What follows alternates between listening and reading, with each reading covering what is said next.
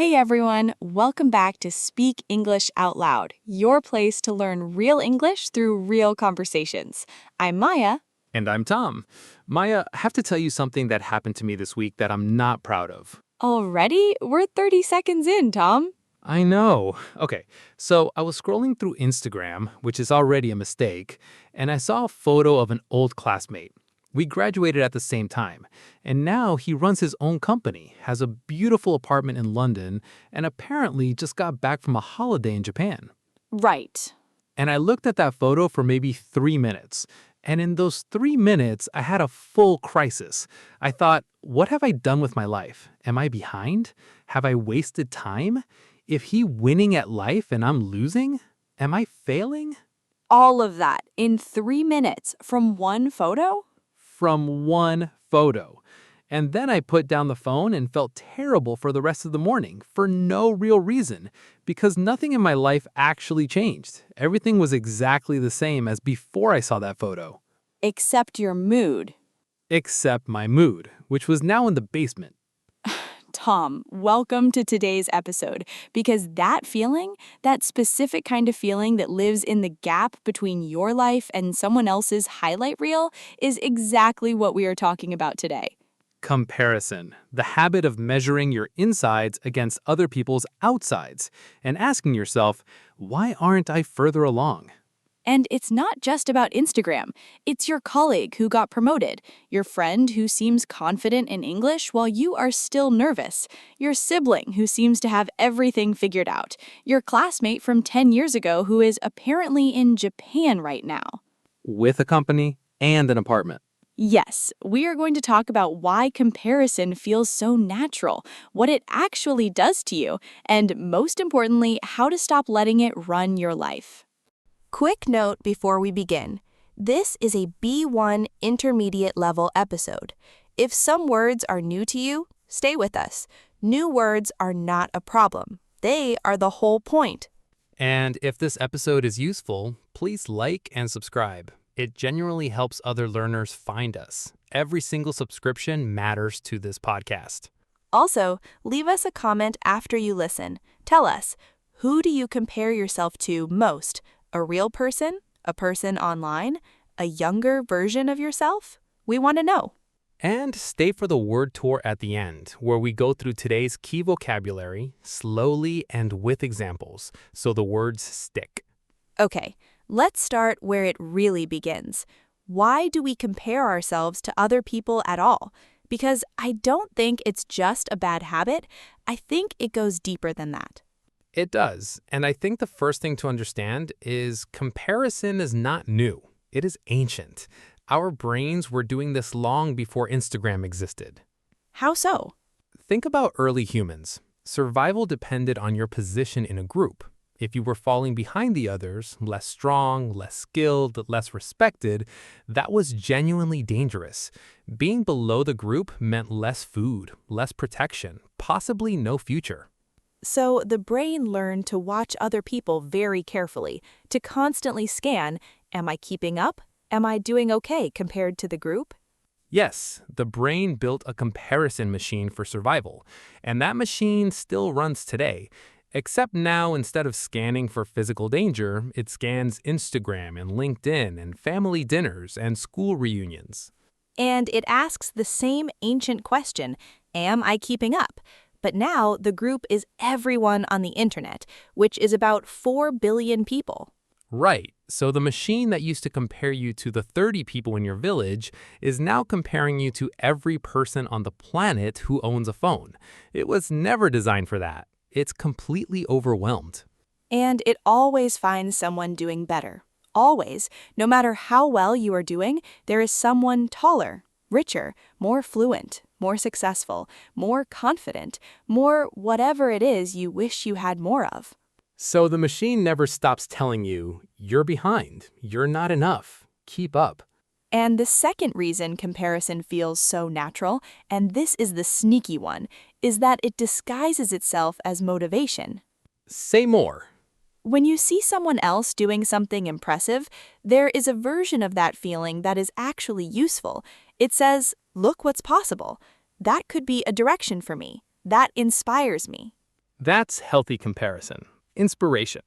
Yes, but most of the time, the feeling is not inspiration.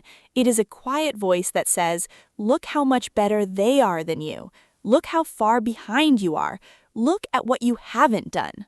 And that voice doesn't motivate you. It just makes you feel small, and then ashamed that you feel small, and then anxious that you're wasting time being ashamed when you should be catching up. It's a loop, just like overthinking, but with other people's lives as fuel.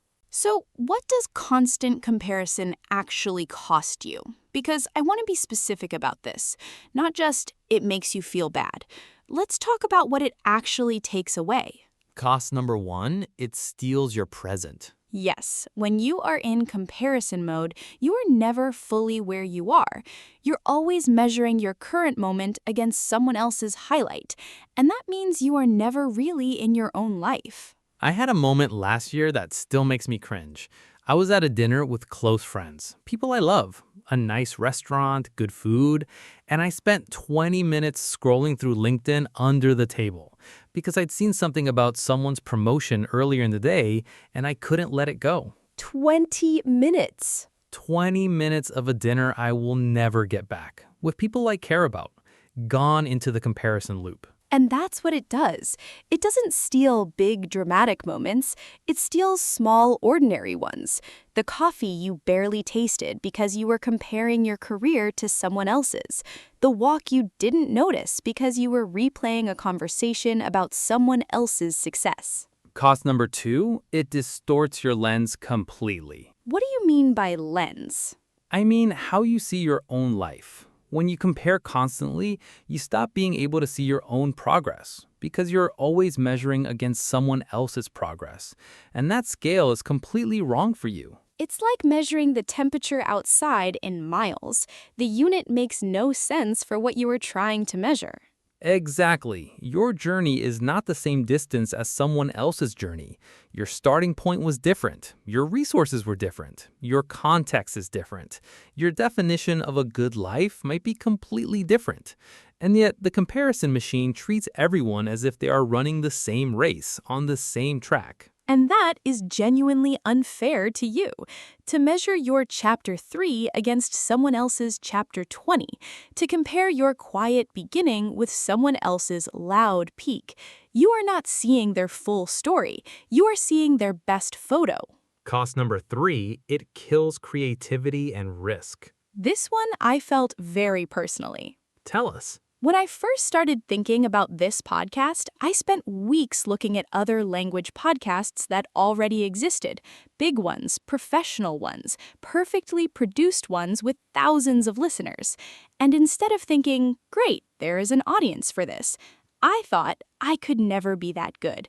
Why would anyone listen to me when they could listen to them? And so you nearly didn't start. I nearly didn't start because I was comparing my beginning to someone else's middle, a middle that took them years of work to reach. Comparison tells you, don't try. Someone is already doing it better. And that voice kills so many things before they even begin. So many businesses not started. So many conversations not had. So many creative ideas quietly abandoned because someone else already did something similar and probably better. And the world loses something every time that happens. It loses the thing only you could have made. I want to spend a minute on something specific, because I think it makes the comparison problem much worse today than it ever was before. The highlight reel. The highlight reel. Here is what I mean. When you compare yourself to someone in real life, a friend, a colleague, you see at least some of their reality. You see them stressed. You see them uncertain. You see their bad days, their awkward moments, the version of them that isn't performing for anyone. Right. Real life is messy, even for people who look like they have everything together.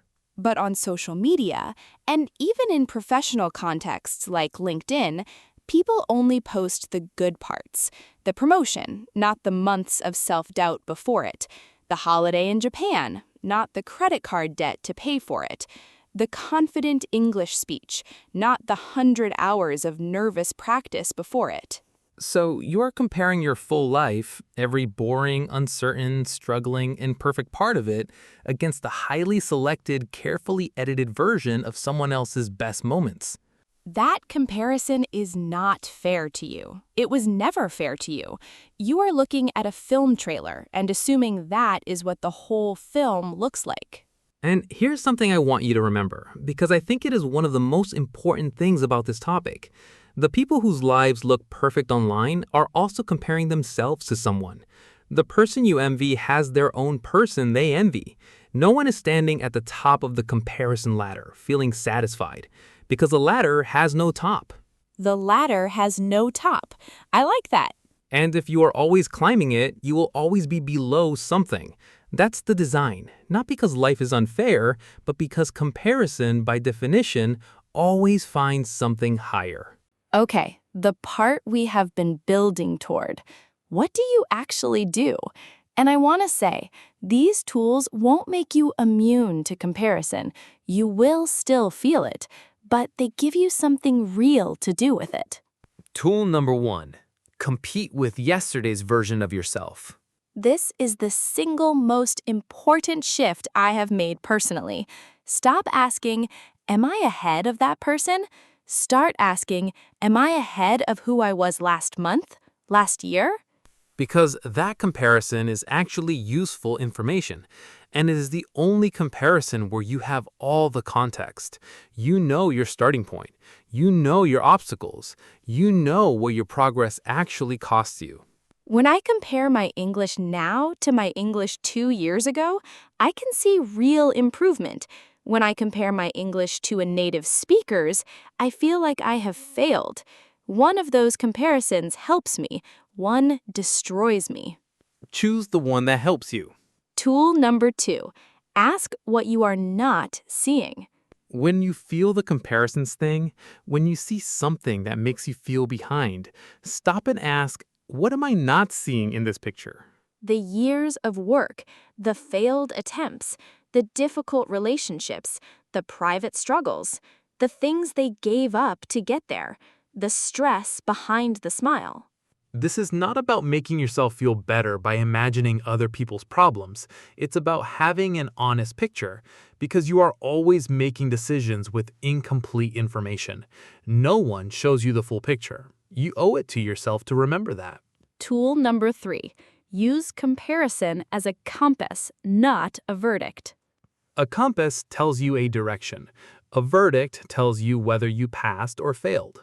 When you feel strongly envious of something someone else has, that envy is useful data. It is pointing at something you want, something that matters to you. But most people take the envy and turn it into shame. I don't have that, so I'm failing. Instead, you can turn it into direction. I don't have that yet. Is that something I actually want to work toward? Envy as information, not as verdict. Yes, your comparison feelings are telling you something about your own values and desires. Listen to what they are pointing at, then decide whether to walk in that direction, on your terms, not in a race against someone else. Tool number 4. Protect your attention deliberately. This one is practical and simple. You cannot fully stop the comparison instinct, but you can choose what you feed it. If certain accounts, certain people, certain environments consistently make you feel worse about yourself, that is important information. You're allowed to limit your exposure. Unfollowing someone is not jealousy, it's self-management. Leaving a group chat that makes you feel inadequate is not weakness, it's protecting your focus. And on the positive side, fill that space with things that actually inspire you in the healthy way. People further along who document their struggles, not just their wins. Communities where people are honest about the difficulty. Content that makes you feel curious, not inadequate. Your attention is your most valuable resource. Be deliberate about who and what gets it. Tool number 5.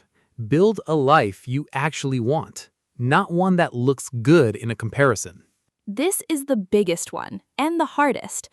Because so many of the things we chase when we are in comparison mode, the title, the followers, the salary, the visible markers of success, we don't actually want them for themselves. We want them because they would prove something to the person we are comparing ourselves to, or to the voice inside us that says, not enough. And the terrible thing about building a life to win a comparison is even if you win, you don't feel better because the comparison was never about the actual thing. It was about the feeling. And the feeling doesn't go away when you get the promotion or the apartment or the holiday photo. It just finds a new target. So the real work is asking, what do I actually want? Not what would impress someone else, not what would finally prove I'm doing okay. What kind of day do I actually want to live? What kind of work actually feels meaningful to me? What does a good life look like in my own terms? And then building toward that, slowly, imperfectly, without looking sideways. Your mission for this week. It's a two-part one. Part 1. The next time you feel comparison creeping in, write down 2 things. First, what you are comparing. Second, what you are not seeing in the other person's picture. Just write it. You don't have to solve it. Just slow it down and make it visible. The comparison loop is powerful in the dark. In the light, it weakens. Part 2. Write 1 sentence about something in your own life that is genuinely better than it was 1 year ago. One thing. It doesn't have to be big. It just has to be real. Maybe your English is clearer. Maybe you understand yourself better. Maybe you finally started something you kept postponing. 1 sentence. And if you want, share both in the comments. We read every single one, and we are genuinely proud of every person who takes the time to do this. Word tour time, our favorite section. Let's slow right down and collect the words that matter from today. Repeat after us if you like. Say them out loud. Let them become yours. You can come back to this section anytime. Replay it. Let the words settle. Comparison. The act of measuring yourself or your situation against someone else's. I deleted Instagram for 2 weeks, and my comparison habit almost disappeared. My mind felt much quieter. Envy. The feeling of wanting what someone else has mixed with unhappiness that you don't have it. I felt envy when I saw his promotion, but then I asked myself, do I actually want his job? The answer was no. Highlight reel. A collection of only the best, most impressive moments, not the full reality. Her life looked perfect online, but that was just the highlight reel. The rest of the story was much harder. Inadequate. Feeling like you are not good enough, not enough of something, falling short. Every time I read about other people's success, I felt inadequate, like I was running a race I couldn't win. Distort. To change or twist something so it no longer shows the truth accurately. Constant comparison distorts your view of your own progress. You stop being able to see what you have built. Benchmark. A standard or reference point that you use to measure your own progress or performance. I changed my benchmark from other people's results to my own past results. Everything felt different after that. Curated. Carefully chosen and edited to show only selected parts, not everything. What you see on LinkedIn is a curated version of someone's career. The uncertainty and failure are edited out. Self-worth. The feeling that you have value as a person, regardless of external achievements. I used to tie my self-worth to my job title. When I lost a title, I felt worthless. That's when I knew something had to change. Anchor. Something that keeps you connected to what is real and true, especially when feelings pull you away. When comparison gets loud, my anchor is this question. What actually made me happy today? Terms. The conditions or standards that you set for yourself, your own definition of what success means. On my own terms, this year has been a good one. I learned, I tried things, I grew. That is enough. Before we go, I want to say something directly to the person listening who spent time this week feeling like they're behind. Yes, go ahead. Behind is not a real place. It only exists in comparison to somewhere someone else is, and they are not running your race. They don't have your starting line, your obstacles, your reasons, your particular kind of courage. You are not behind. You are exactly where your path has brought you. And the question that matters is not, how do I catch up? The question is, what is the next right step on my path? And the English you are building right now, by listening to this podcast, by repeating the words, by showing up even on the days when it feels slow, that is real progress. Your kind of progress at your pace, for your reasons. And 10 years from now, the voice that will have mattered is not the one that asked, are you as far along as them? It's the one that asked, are you living a life that is genuinely yours? Live that life and come back and tell us how it goes. Like and subscribe if today helped you. Share it with someone who you know is stuck in the comparison trap. They need to hear this. This is Maya. And this is Tom. You have been listening to Speak English Out Loud. See you next time. Bye. Bye, everyone. And whatever you are doing, stop checking that person's Instagram just for today. Just for today.